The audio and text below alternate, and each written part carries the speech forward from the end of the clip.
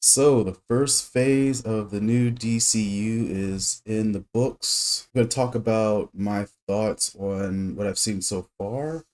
Future Commandos, Superman, and now the second season of Peacemaker. Just to start off with, I think James Gunn is a very talented individual. I think he is particularly in charge of making the best series in the MCU, that is the Guardians of the Galaxy. Um, and that was an incredible feat. No one actually knew who the Guardians of the Galaxy were. I could pretty much assure you nobody knew who the Guardians of the Galaxy were until James Gunn put them on screen. And now everybody loves, Rocket and Groot and the rest of the cast. So I think what he did for that series was incredible. The third movie was incredibly great. And when I heard that he was taking over doing the movie for Suicide Squad, I was excited to some degree, but I didn't care about it. It seems like Suicide Squad, much like Tron Legacy, is just something that the industry just loves to just keep pushing out there and keep pushing out there. Eventually, we're gonna make some money off of it. But when I saw the Suicide Squad, it was great. Like I loved it. I loved everything about it. I loved the great character development. I love the gunness of what he did to those characters and kind of revitalizing them for the screen. And it's much better self-contained movie versus the original Suicide Squad. And so when he got the promotion to, take over DC universe and make his own thing, I was elated. Like I've seen Guardians of Galaxy 3, I've seen Guardians Galaxy 2, I've seen all the Guardians of the Galaxy. I was familiar with his work, him writing for the movie Dawn of the Dead and him doing Slither and all his past movies. I was aware of that. And I was pretty confident in what he could do. And I know that he was just itching at the chance to kind of show people what he could do. And, jumping on Creature Commandos was a prime example, telling people that, everybody that's doing the voices, so to speak, is going to be a character or a live action character in the movie. So to some degree, and when I watched Creature Commandos, I was like, this is good, but I'm not really I'm not fully invested. It wasn't because of the violence in it. It wasn't because of the mature content, sex and all that stuff. That wasn't what got me. I just felt that it was something that I wasn't already locked into, and I was really hoping and really hedging my bets on Superman. Superman needed to knock it out of the park. Superman needed to be a foundational movie. The bedrock from which all new DCU properties would spring from. This would prove to the world that not only James Gunn is a brilliant director, but he's an incredible craftsman. He can craft an entire universe and revitalize the defunct DCEU or make his own. I'm just gonna say off the bat, Superman is a good movie. It's not a great movie. I mentioned Guardians of the Galaxy several times over this, and I felt that when I watched the trailers for Superman, once again, we were showing everybody but Superman. Tonally, it reminded me a little bit of Guardians of the Galaxy. There's highs and lows and peaks and valleys and stuff like that. But what I really wanted to see and what I was really expecting was to see more Superman and less Friends. And that's what this movie was. I didn't see it in theaters, which I probably should have. I waited until HBO to see it on HBO. Probably could have had a better experience in the theaters, but I wanted to wait and see what it was. And lo and behold, my fears were confirmed. I think the problem with Superman is that you could tell James Gunn wanted to focus to some degree on Superman, but there was such a pressure to spin off or create a foundation for spin off for all these other characters to give them their starting block so that and usher them into the new DCU universe so that when Superman succeeds, that they could all come along, they could all kind of grow up, just like Thor, Iron Man. We have them all in this collective movie, and we spin off movies for their individual movies so that people can kind of get an understanding. And it just seemed like there was so much crammed into Superman that it took away from my enjoyment of watching actual Superman. The fucking dog. I have nothing against dogs, but it seemed like when moments were really tender, moments were really serious, Crypto came in and just stole the show. He was just manic. He was just being a super dog, and that's his right. But I didn't like it. I did not like it. I really wish that he could save that for the eventual next movie. I have nothing against David Cornsweet. I have nothing against any of the other characters in the movie. I think everyone did a great performance. I think David Cornsweet is a great Superman for this particular universe. And I'm not a Snyder bro. I'm not that. My heart still sticks with Man of Steel. That's a movie that I can watch over and over again. The original OG Superman, that's a movie I can watch over and over again. This particular Superman, I don't want to see it again. I will definitely see the next sequel that comes out, but this particular Superman, I'm treating it like the first Avenger, Captain America: First Avenger. I'll pass that and then watch, Winter Soldier, because I felt that it was all over the place. There's so many characters in there. There's so much going on.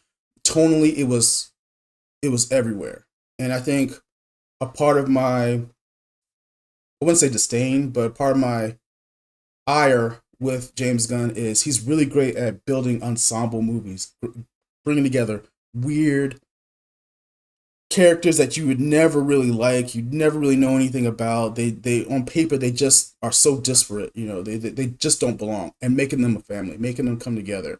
And I think he's mastered that. He's fine-tuned that. He's refined that ability in his writing and in his directing, that it's hard to kind of leave a little bit of that Guardians of the Galaxy-ness on the shelf.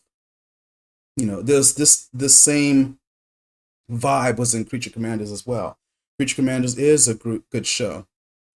I would definitely like to see season 2, but my enjoyment of Creature Commandos diminished with each new episode for some reason, and I was trying to put my finger on why am I not enjoying this? I love the animation. The animation is great. The characters are funny. It was just too much. It was just too much stuff. And when I wanted to see more serious, tender moments, they were there, but they were undercut by, goofy gags or, other shit that was in there. And that's how I felt about Superman. Like I said, nothing against the performances. It's just, I just have no compunction to watch it again. I have no feeling to watch it again. And then with Peacemaker. Peacemaker is probably, of all the properties that James Gunn has done, it's probably, in the new DCU, it's probably my favorite. I really loved season 1. I loved the character. I didn't really care much for Peacemaker when I saw him in the movie. I thought he was funny. John Cena took that character and brought him to life in such a degree, and made me sympathize with this broken anti-hero. This person who's just straddling the line between psychotic and heroic, and all the trauma that he's dealt with is manifesting in some of the relationships that he's having, or the relationships he's not having, and how he views being a hero, how he views peace and what it means at all costs, and I liked that element. I loved the opening. I never skipped the opening, not even in season 2. Like it's weird. Like I love James Gunn's quirkiness, his flair, his vision. But when season 1 ended, we had to wait a couple of years for season 2. But when season 2 came out, it started off really strong. There were some really weird scenes. There's an orgy scene. I'm not going to ruin too much of it. It's just really, graphic and stuff like that. If you've seen The Boys, it followed that same kind of vibe of like, let's just throw a lot of weird shit at the wall and try to shock people. For the most part, I was on board. And then, what was it?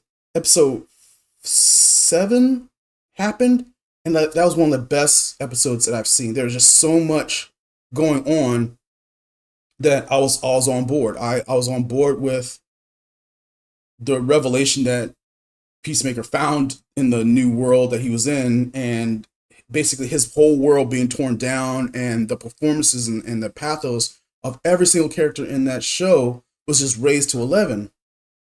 And I was like, yes, let's just stick with this energy. Let's just stick with the storyline where it's going. Let's just stick with Peacemaker being torn down, stripped away, being just abandoning the core beliefs of what he is, because he feels that he's a curse, he's a blight on any universe that he inhabits. Without spoiling too much, I was all on board. And then episode 8 happened, And for some reason, things were just tied up nice in a bow. Let's get the game back together. Let's get stuff going. Everything was just tied up in an hour and 10-20 minutes. And I was like, what happened? What the hell happened between episode 7 and episode 8? There's a disconnect. There's something that happened that it wasn't gelling. We were seeing weird worlds, and the trailers for episode 8 were very enticing, but a lot of that was just for gags, or just for show. It was just for, to show a little bit of violence here and there, and nothing really came of it other than Rick Flag using his power to make such and such happen. I don't want to go into it. You should watch the episode for yourself. But the whole point is, there's a lot of expectations. The tonal shift between episode 7 and 8 was so jarring that it took me out. I was glued when I was watching episode 7 of Peacemaker, season 2. I was glued to the screen because I did not know what was going to happen from one point to another. And then when season 8 happened, I was looking at my phone. I was on the internet looking at other shit. It was literally background. It turned to background noise. And I was like, what? This season was doing so well. What happened between the last episode? From the first episode season 2 to the last episode? What happened? And just to sum everything up, I think what I would like to see in phase 2 of the new DCU is I want James Gunn to take more of a back seat into some of his creating. And it seems like that's what he's kind of doing. And let other people write. Let other people direct, and he can just oversee some of that stuff like Kevin Feige, but I don't want him to do writing, directing all in one, because I feel that coming off of his incredibly meteoric rise from working at Marvel, and then his transition into DCU was somewhat seamless. With, like I said, the Suicide Squad that he did was good. It wasn't great, but it was better than the first one.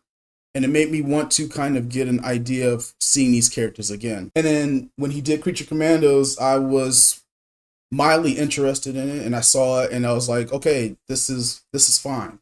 This is okay. I like where it's going, but I like some of the characters. I like the robot guy. But yeah, this is fine. And then Superman came, and I had my expectation. I tried to temper my expectation to such a degree where I wasn't getting too hyped over it. I was just going to let this thing play out.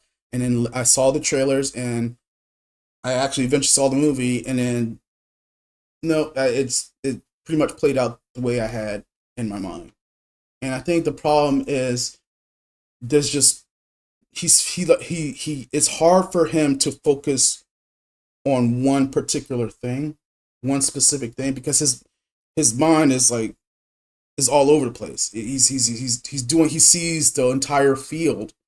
And I think where he had a better reign in the MCU, he probably had more people telling him, no, don't do that.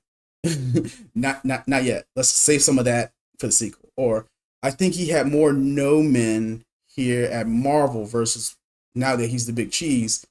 It's wide open. My creativity is boundless. I don't have to answer to anybody except Zaslav and the shareholders. This is my thing.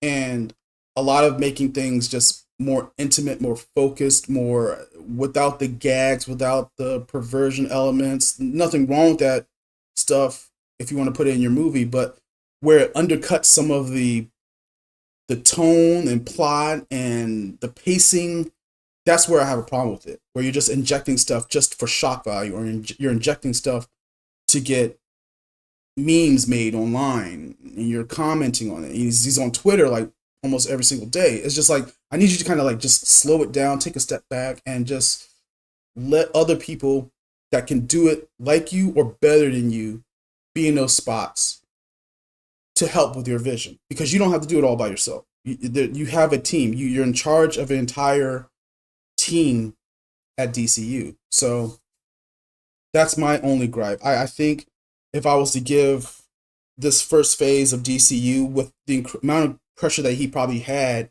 in getting it off the ground, I would definitely give it an 8, possibly an 8.5. And that's not bad. That's pretty good.